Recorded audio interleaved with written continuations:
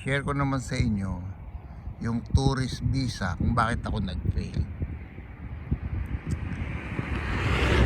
Noong 2003, dati kong insurance agent.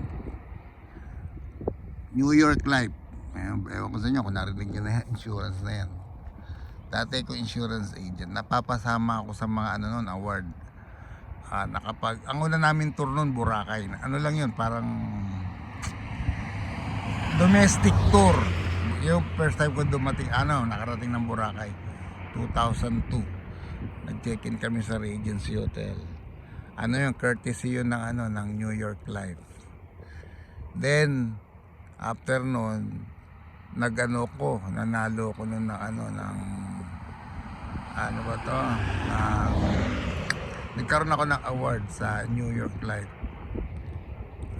Nakarating ako ng Bangkok, Thailand. Nakarating ako ng Vietnam. Nakarating ako ng China. Tapos nakapag Hong Kong din kami. Sumakay din kami ng family ko. Kasama ko pa yung ex-wife ko noon sa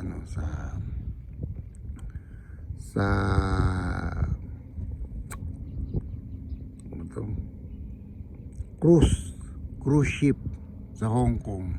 Tapos yung cruise ship biyahe ng mga iba't ibang bansa. Then noong 2004, nagkaroon ako ng problem. Nagkaroon ako ng marital problem. Yun, nagkasakit pa ako noon. Tapos, nag-start na yung sakit ko noon eh. Tapos, noong 2006, yung kapatid ko lumipat sa PhilAm Life Insurance. Nung lumipat siya sa PhilAm Life Insurance, may travel ang PhilAm noon papunta ng Europe. Sabi ng kapatid ko, isama niyo na si Efrain dyan sa tour niyo ng ng Europe para matatakan yung kanyang passport para makarating dito sa Amerika. Ako naman actually nung mga panahon din na yun, financially naman ako noon okay, dahil may business kami ng isang kapatid. So kumpleto ako, meron kaming company, tapos may funds ako. Pag uwi ko ng Europe, ako doon sa Europe 3 weeks kasi 1 week ako sa Greece. Tapos nagbiyahe ko ng Madrid, tapos Spain, France pala. So Greece, Spain at saka France. Tapos nakarating ako ng Eiffel Tower. Then pag uwi ko, dahil di ko nakasama yung panganay ko, sabi ko at saka yung bunso ko noon parang pa lang 1 year old, dahil 2006 yun nung nag-travel ako ng Europe. Di nung pag-uwi ko, dahil sabi nga magpatatak para may makita ng US Embassy na ikaw ay lalaki ng ibon yan. Magpatatak para makapasa ka sa tourist visa, tapos may funds ka pa. So ako naman confident, sinama ko yung anak ko, dinala ko sa US Embassy. Akala ko makakapasa. Nakipagtalo pa ako dun sa konsular. Kasi sabi niya hindi daw pwede. Tapos na-realize ko later, ano bang naging fail ko? Kompleto naman ako. Actually, ang hinahanap sa akin, DSWD. Dala-dala ko yung anak ko, kasi magkaaway kami ng asawa ko nun. Dala-dala ko yung anak ko. Wala akong consent ng nanay. O hindi, kahit kumpleto ka ng document, kailangan mo pala ng consent ng asawa mo. Bagamat di pa kami hiwalay, yung nga lang magkaaway kami. Kaya yun, so nag-fail. Yun ang reason kung bakit hindi kami natuloy noon. Kaya iyak yung anak ko, iyak din ako. Kala ko makakaalis kami. So yun, na-share ko lang para at least naisip ko dito na lang i-share eh. Nandito na rin lang din ako eh. Sayang, di ba? Pero okay lang yun. Sabi nga, all things work together. Ngayon, itong itong petition, ito pinaka the best kasi walang kahirap-hirap.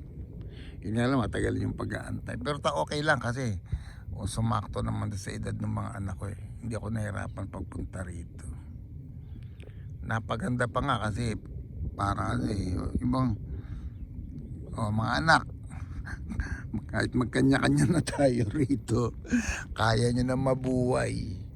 Kasi ito na yung future nyo eh. Kayo nagagawa niyan. Malalaki na kayo, di ko na kayo problema. Yung anak ko nga, yung bunso, siya na nag-enroll ng sarili niya sa school niya rito, sa K-12. Hindi ako nahirapan.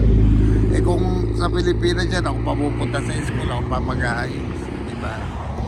Yung panganay, mag-aaral ng pilot. Isa pa, ito pa, nagpadala ba naman yung kapatid ko sa akin ng video na nagtre-training ng eroplano yung, hindi ko alam kung kaibigan niya o nakita lang niya sa Facebook.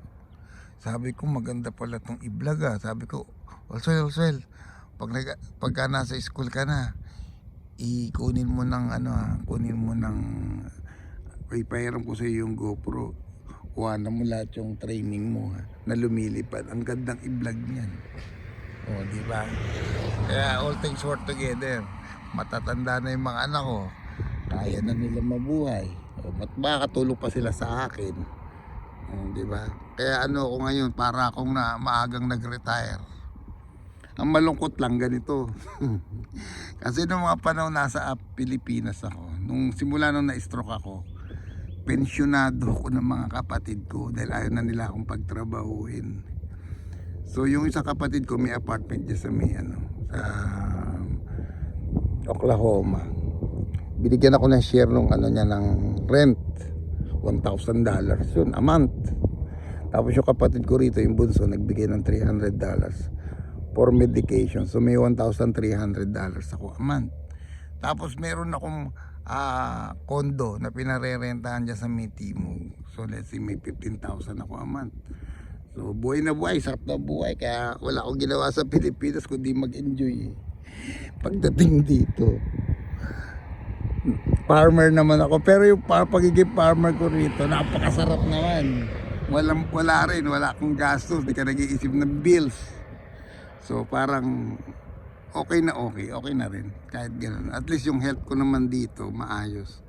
Sa Pilipinas kasi siyempre kahit pa paano stress, yung usok, tapos yung puyat yan. Pero gusto kong babalik ako dyan siguro sa tamang panahon. Thank you.